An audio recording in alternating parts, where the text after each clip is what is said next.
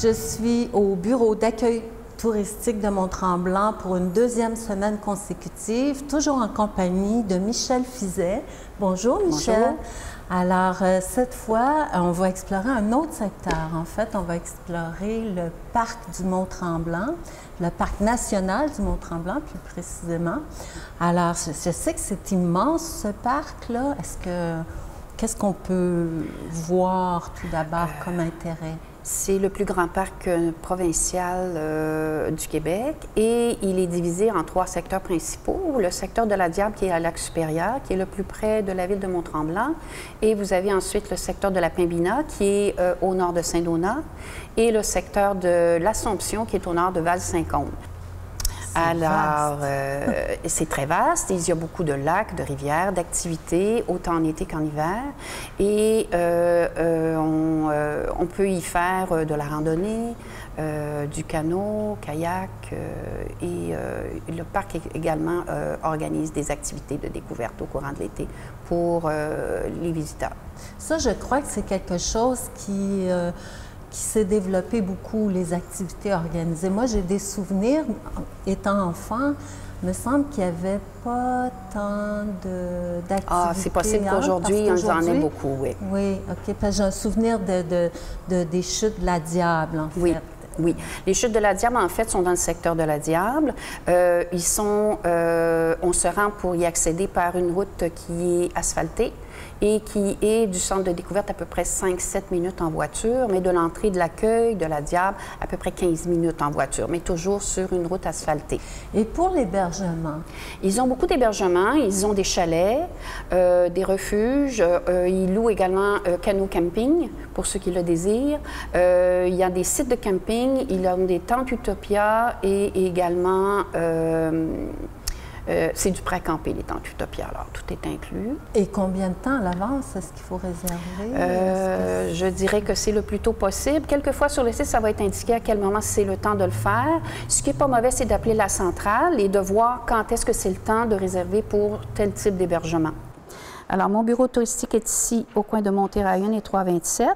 Vous sortez de cette façon-ci, comme si vous alliez au centre de villégiature Tremblant. Vous allez voir, vous passez devant. Une fois passé devant le centre de villégiature Tremblant, vous allez au-delà de l'arrêt. Vous allez rencontrer le rond-point pour le casino. Et là, vous continuez sur chemin du Plessis jusqu'au bout. Vous allez arriver au chemin du Lac-Supérieur. Vous allez à gauche et le parc est à peu près à 5 minutes du coin de chemin du Plessis et chemin du Lac-Supérieur, mais de mon bureau, environ 35 minutes.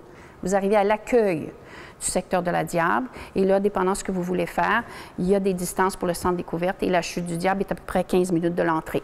Bien, ça semble vraiment intéressant. Merci beaucoup, Michel. Bienvenue.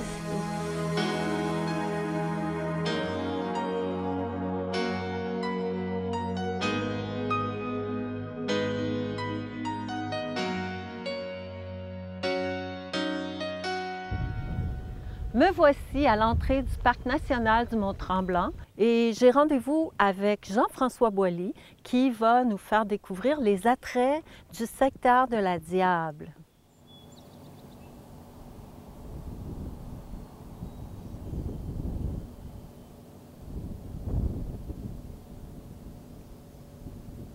On est ici à la place du Centenaire et je suis en compagnie de Jean-François Boilly. Alors, bonjour Jean-François. Bonjour Francine, bienvenue au Parc national du Mont-Tremblant. C'est magnifique, vraiment, cet endroit avec les beaux totems derrière nous. Alors, est-ce que tu peux nous expliquer un peu dans quel contexte ils ont été créés? Oui, en fait, ici, ces totems-là ont été créés en fait, pour le 100e anniversaire du parc. Donc, en 1995, le parc avait déjà 100 ans. Donc, le parc a été créé en 1895. Puis, de droite à gauche, en fait, on a un des totems qui parle plus de l'histoire du parc, l'histoire économique. Donc, avec la coupe forestière, les Amérindiens, la chasse, la pêche. Le totem du centre, lui, parle plus de la vocation récréo-touristique du parc. Donc, tout ce qui est canot camping, le camping, le ski de randonnée, la randonnée pédestre, etc. Puis finalement, le totem de gauche, celui-là, c'est vraiment la faune et la flore du parc. Donc, c'est ça. Ça représente bien l'ensemble, je dirais, de l'histoire du parc. D'ailleurs, celui qui représente la faune et la flore, je pense qu'il y a un pic-bois qui a élu domicile au sommet. Alors, c'est réussi, là, c'est bien intégré, comme on pourrait dire. Oui, en effet, on a remarqué ça juste dans la tête du totem. Pic-bois élu domicile sur place, fait qu'il a choisi son endroit de prédilection. La place du Centenaire, ici, on est vraiment au cœur du secteur de la Diable, qui se trouve à être le secteur principal du parc. Ça a été, en fait, le premier secteur qui a été développé. C'est aussi le secteur qui est le plus près de Mont-Tremblant. Donc, on se situe à environ 30 minutes là, de la station Mont-Tremblant. Donc, l'entrée par Lac-Supérieur. D'accord. Et tout près d'ici, il y a plein d'activités à faire. Le bâtiment qu'on voit à côté, qu'est-ce que c'est exactement? En arrière, en fait, on a le bâtiment, le centre de location du lac Monroe, le centre de service. Donc, on a le magasin général, puis c'est là où on peut louer tout ce qui est embarcation, canot, vélo. D'ailleurs, du vélo, est-ce que c'est quelque chose que tu aimerais faire? Certainement. Est-ce qu'on a la possibilité de faire ça tout de suite? Oui, allons-y. Parfait, on y va.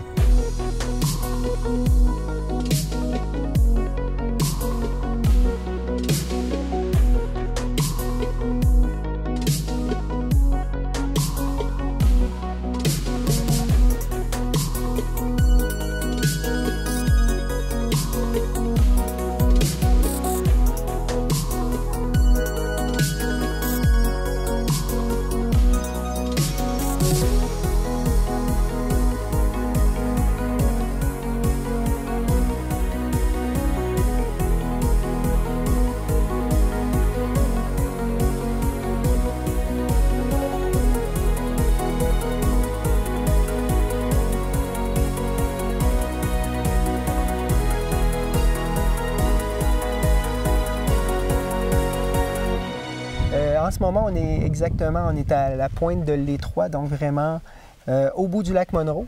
Il y avait comme un peu trop de vent un peu plus bas, donc on a décidé de venir à la tête du lac.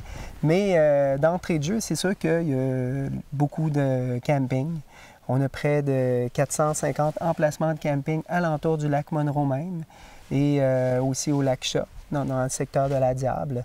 La randonnée pédestre est de loin une des activités vedettes. Donc, plusieurs sentiers de randonnée avec des belvédères, des sentiers qui sont aménagés. Le vélo. Donc, on a une belle piste cyclable, en fait, la boucle des Chutes-Croches qui fait tout le tour du lac Monroe et qui dessert aussi les emplacements de camping. Fait que ce qui est intéressant, c'est que les gens qui, par exemple, viennent en camping peuvent carrément laisser leur voiture sur place et se déplacer à vélo sans avoir à réutiliser le véhicule. Donc, tout le long du séjour, on peut... On a accès à tout à vélo. À peu près. Dans le fond, il y a les sentiers de randonnée, il y a la plage de la Crémaillère, qui est une plage surveillée, donc en haute saison, donc en été. Il y a aussi, si on parle juste l'hiver aussi, toute la portion hiver, parce que le secteur du lac Monroe est aussi un des secteurs qui est ouvert en hiver. OK, pour le camping aussi en hiver? Je sais qu'il y en a qui en font. Il y a un petit peu de camping d'hiver. On a des chalets, on a des prêts à camper, comme les tentes Utopia. Qu'on va voir plus tard. Ça, c'est surtout en fait à l'automne. L'hiver, c'est ski de fond et raquettes. Puis, on a des chalets, donc on a une dizaine de chalets en fait dans le secteur qui sont pour la clientèle ouverts à l'année. Pour entrer au parc, parce que c'est quelque chose qui est quand même important, il y a un droit d'accès à payer. Donc, c'est 8,50 $ pour entrer dans un parc. C'est un prix qui est par adulte. D'accord. Depuis, en fait, cette année, tous les enfants, en fait, de 18 ans et moins, c'est gratuit. Donc, ils n'ont pas de droit d'accès pour les enfants. Et on fait aussi des partenariats avec les municipalités. Ah oui! Donc, notamment avec la municipalité de Mont-Tremblant. Oui. La municipalité paie la carte parc à ses citoyens. Donc, avec la carte citoyen, vous arrivez au poste d'accueil de la Diable, puis on peut vous remettre gratuitement votre passe annuelle, en fait, pour le parc. Oui. Est-ce qu'il y a une grosse fréquentation des gens de Mont-Tremblant? On a de Mont-Tremblant, je dirais, de plus en plus. Je dirais que les gens viennent redécouvrir le parc. Oui, parce que je pense que c'est pas tout le monde qui est au courant de ce qu'on a ici. C'est quand même formidable, là. Ah ouais. Je vois depuis tantôt, là, c'est bucolique, c'est beau, la nature, la faune, tu sais, c'est vraiment exceptionnel. C'est, en effet, c'est définitivement, c'est un territoire protégé. C'est d'ailleurs le plus grand parc national, en fait, là, au Québec, du réseau Parc Québec. C'est 1510 km² de nature protégée.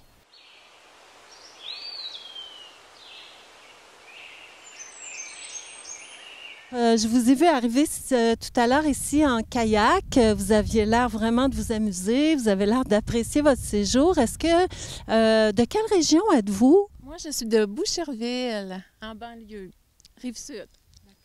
Moi, de Laval. Alors, c'est pas très loin là, pour venir ici. Environ 1h30, on est rendu. Puis, nous autres, ça fait 4 ans qu'on vient au même endroit. On adore ça. C'est vraiment merveilleux. Donc, vous avez la piqûre, mais pas la piqûre de mouche. Ah, ça, les mouches, si on ne vient pas en juin, je vous dirais que c'est très, très acceptable. Oui, c'est ce que j'ai constaté aussi. Il y en a, mais elles ne sont pas trop fatigantes, effectivement. Puis c'est normal, on est en nature aussi. Alors, vous êtes installé comment? En tente? Quel type d'hébergement? Nous autres, c'est en roulotte. Alors, on a les 3 services.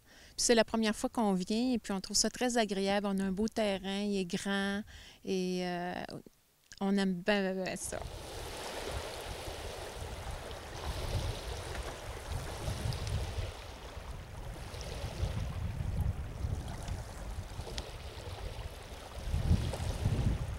Fait que, la mission, nous, c'est justement de préserver, en fait, cet échantillon de la forêt laurentienne. En fait, c'est vraiment la mission première, c'est la conservation. Ensuite, il y a en fait, c'est conserver, découvrir, partager. Donc, on la fait découvrir aussi à notre clientèle. Donc, il y a tout un volet qui est les activités d'interprétation. Donc, on a des guides naturalistes qui travaillent puis qui vont informer les gens sur la faune, sur la flore.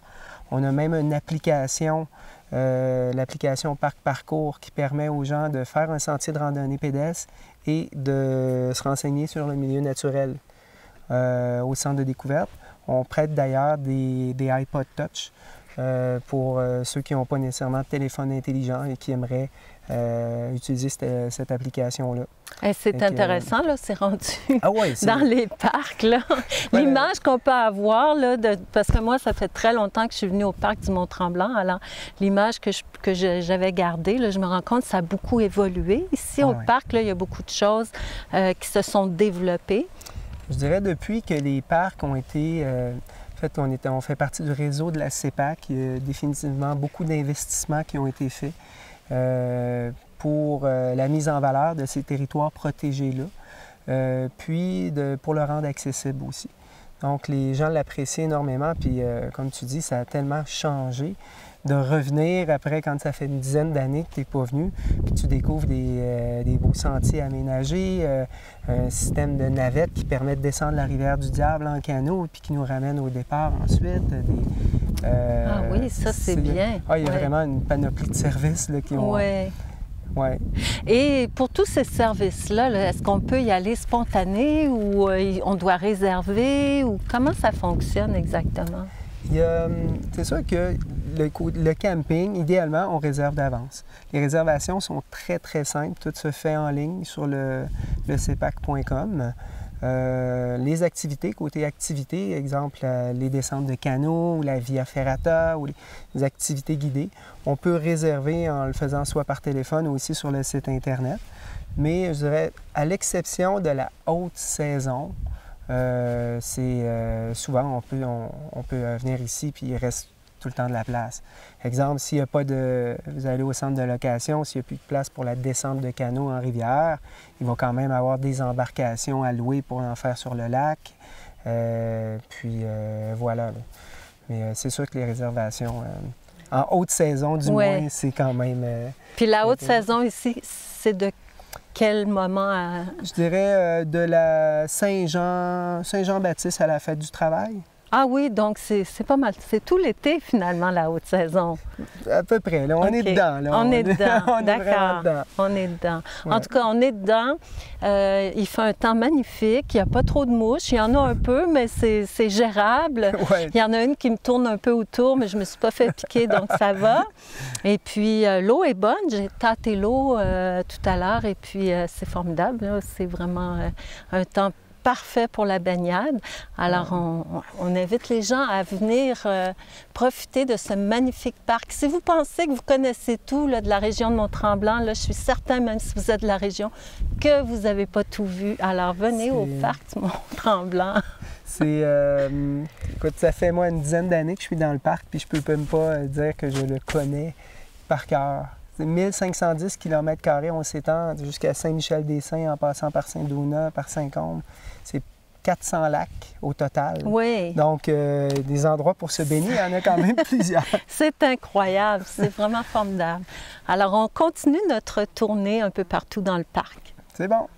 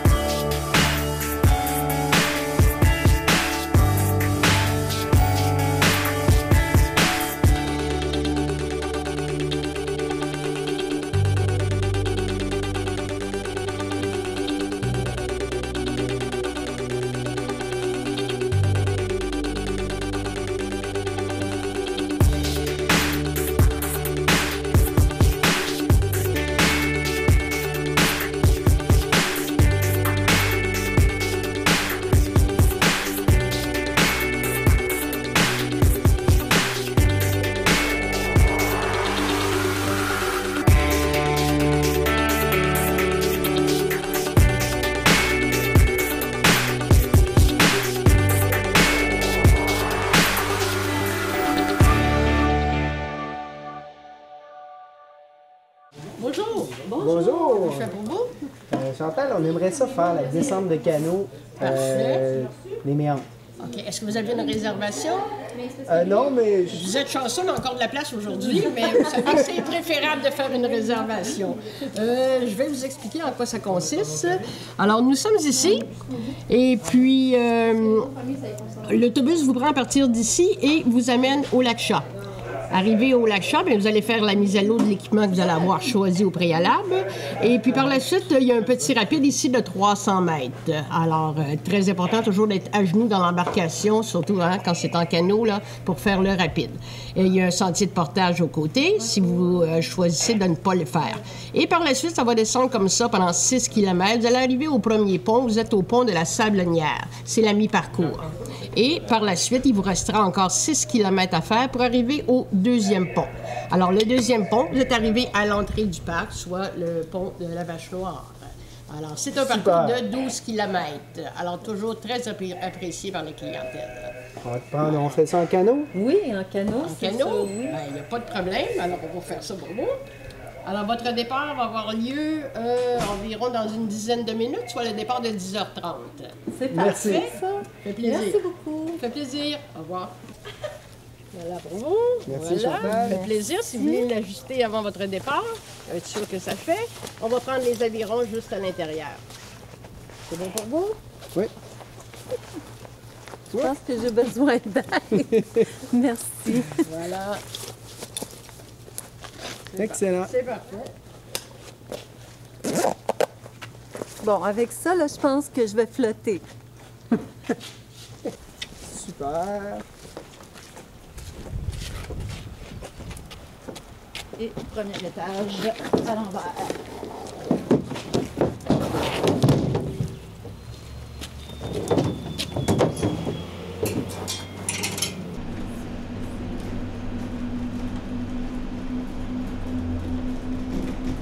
Écoute, c'est un milieu de vie intéressant. Ici, c'est un beau travail quand même, travailler au parc du Mont-Tremblant. Oui, effectivement, c'est très physique et c'est vrai que c'est magique.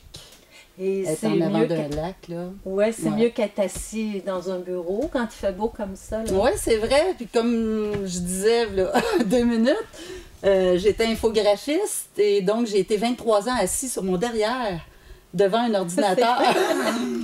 C'est ça. Quel En plein changement. centre-ville de Montréal. Alors oui, quel changement.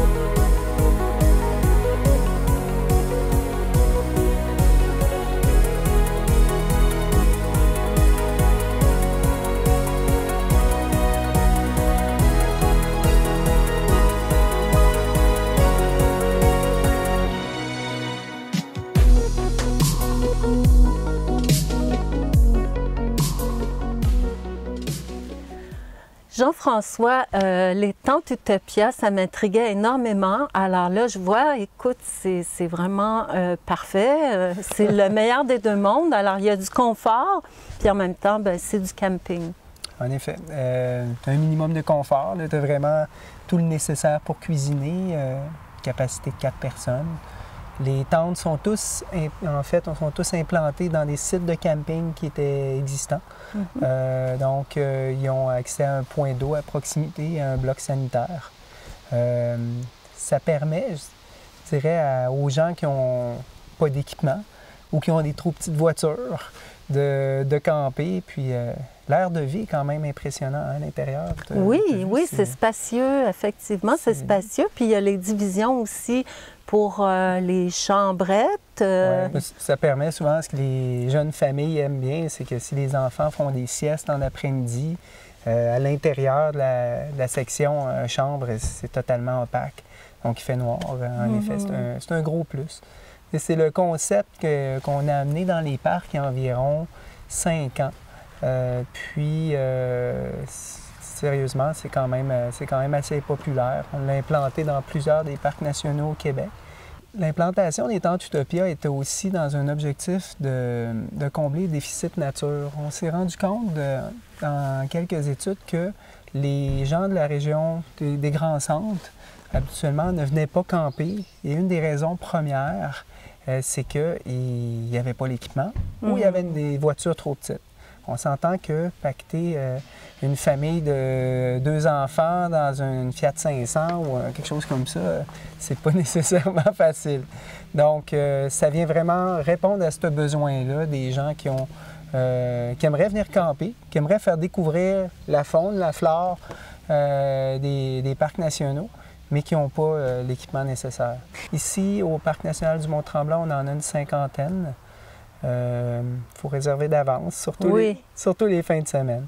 OK. Comme en semaine, là, par exemple, est-ce que c'est possible? On appelle comme ça, puis peut-être qu'on peut trouver pour une journée ou deux une tente disponible. OK. Autre chose qui est intéressant dans les Utopias, c'est qu'il y a quand même un chauffage d'appoint.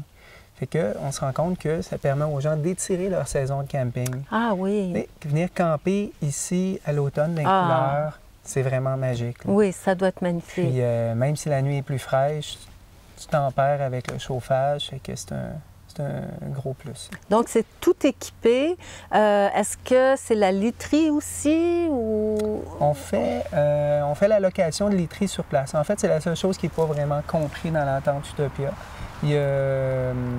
On doit soit apporter nos sleeping bags, nos têtes d'oreiller, nos serviettes, sans plus. Sinon, pour le touriste étranger ou la personne qui n'a pas de ces équipements-là, on fait la location sur place de literie. D'ailleurs, la faune et la flore du parc, parlons-en. Il y a énormément on peut y voir énormément d'animaux ici. Tout à l'heure, on a vu un chevreuil, un tamiya rayé. Bon, ça, c'est plus habituel, mais il y a d'autres animaux aussi ici. Oui, Un chevreuil, en fait, c'est un cerf de Virginie. Je ne veux Oui, pas te reprendre, mais les chevreuils sont juste en Europe. Mais oui, on a une quarantaine d'espèces de mammifères. Donc, les grands mammifères comme l'orignal, l'ours noir, le cerf de Virginie, le castor, les ours, les loups. On a, d'ailleurs, le loup est notre animal emblème au parc. On a environ 7 meutes de loups, 35 à 40 individus au total. On décolle d'ailleurs une étude scientifique là-dessus avec de la télémétrie à l'automne. Est-ce qu'on les entend parfois? C'est plutôt rare. Je Oui. dirais dans certains milieux un peu plus... le loup est un animal sauvage qui est très difficile à voir. On les entend à l'occasion, mais je dirais plus dans les secteurs d'arrière-pays. OK. Dans la région du lac Monroe, ici, c'est très, très rare. Côté faune, on a aussi plus de 200 espèces en fait d'oiseaux. Donc, c'est le paradis des ornithologues. C'est vrai. Puis on a vu un grand héron tout à l'heure aussi. Oui.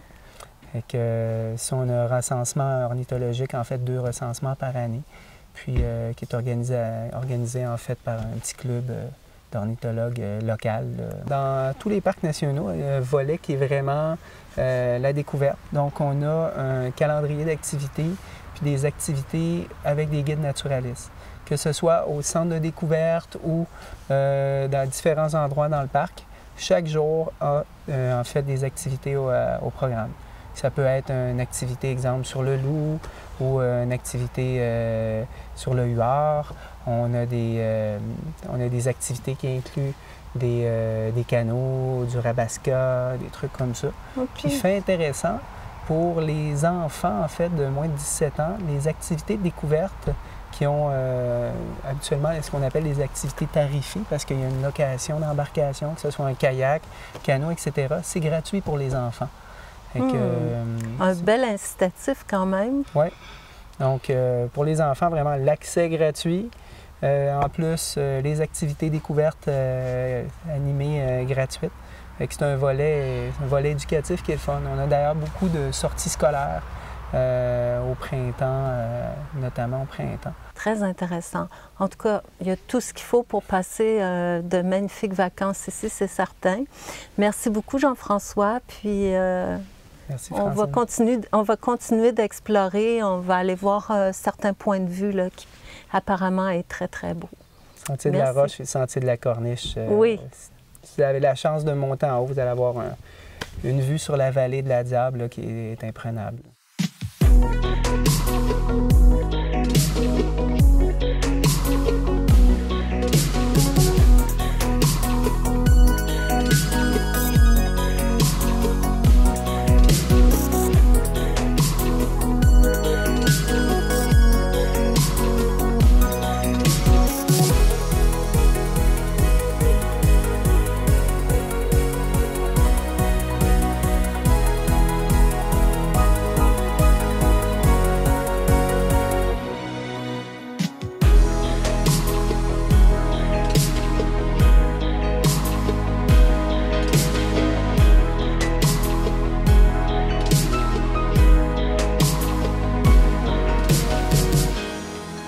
Nous sommes ici à le parc du Mont-Tremblant. Il faut bien venir au Parc national du Mont-Tremblant pour se faire des amis catalans. Je peux vous dire en tout cas qu'ils ont adoré leur séjour au parc. Voilà qui met fin à cette émission. On se retrouve la semaine prochaine pour découvrir un nouveau pôle de Mont-Tremblant. En attendant, je vous dis à très bientôt.